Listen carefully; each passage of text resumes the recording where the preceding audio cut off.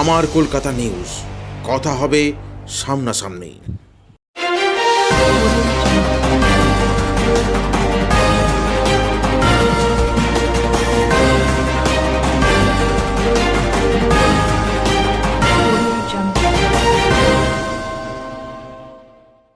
হুগলির তৃণমূল প্রার্থী রচনা বন্দ্যোপাধ্যায়ের সমর্থনে সপ্তগ্রাম বিধানসভা এলাকায় আজ জনসভা করলেন রাজ্যের মহিলা তৃণমূলের সভানেত্রী চন্দ্রিমা ভট্টাচার্য।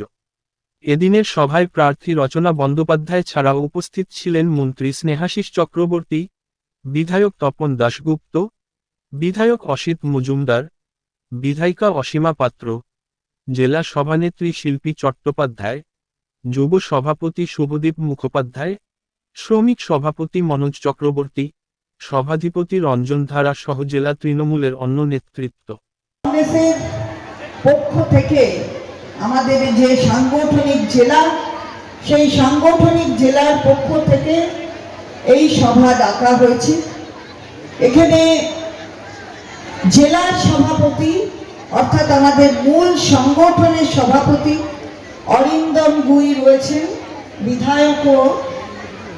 এখানে আমার সতীর্থ মাননীয় মন্ত্রী, যদিও আমার থেকে বয়সে অনেক ছোট, কিন্তু আমি ছোটদের শ্রদ্ধা করি। তাদের দক্ষতা, তাদের কর্ম পদ্ধতি, কর্তব্য পরায়ণতা, এগুলো দেখে শ্রদ্ধা না করে পারা যায় না। স্নেহাশিস চক্রবর্তী এখানে রয়েছেন, মাননীয় মন্ত্রী।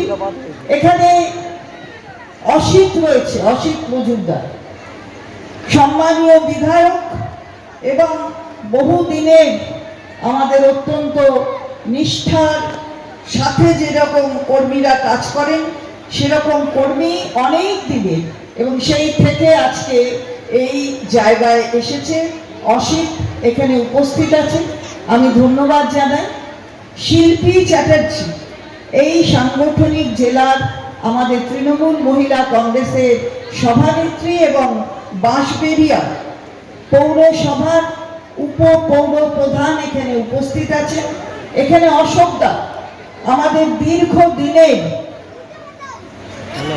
একজন নেতৃত্ব, যিনি আইনের যা যা সহযোগিতা লাগে সেই সহযোগিতা সহায়তা দেওয়ার জন্য সব সময় উৎসাহী হয়েছেন এবং উদ্যোগী ভূমিকা গ্রহণ করেছেন।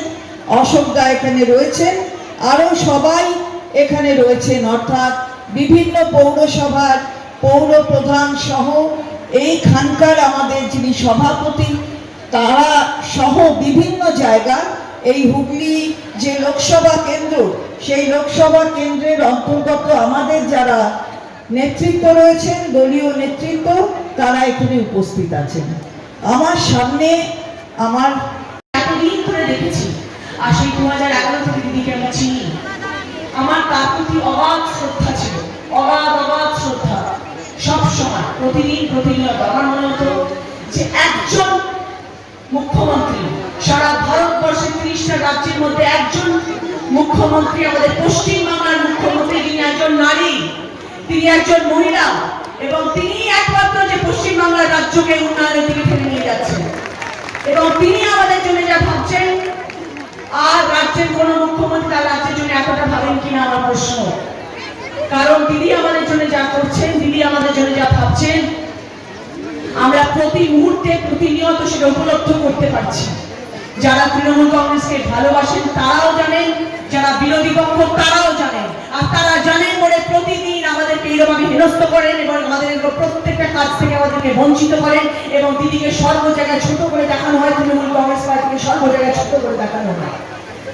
কারণ তারা জানেন যে দিদি এমন কাজ করছেন, দিদি এমন ভাবে মানুষের পাশে আছেন যে প্রতিটি মানুষ ঘরে ঘরে, প্রতিটি মানুষ ঘরে ঘরে আজ দিদিকে পুজো করেন, দিদিকে ভালোবাসেন, এবং প্রতিটি মানুষ যতবারই ভোট আসুক না কেন, সে 2019 হোক, 2021 হোক, যতবার 2024 হোক, তৃণমূল কংগ্রেসেরই জয় হবে, তৃণমূল কংগ্রেসেরই জয় হবে, তৃণমূল কংগ্রেসেরই জয় হবে, কেউ আর কথা পারবে না। আমার শুধু একটাই প্রশ্ন আপনাদেরকে, আপনারা 2019-এ একজন ছিলেন, অনেক আশা করা হয়েছিল যে তিনি আসলে বোধহয় সাংঘাতিক একটা কিছু পরিবর্তন এসে যাবে। 2019-এ সংসদ আনলাম, 2021-এ বোধহয় বিজেপি সরকার এসে যাবে।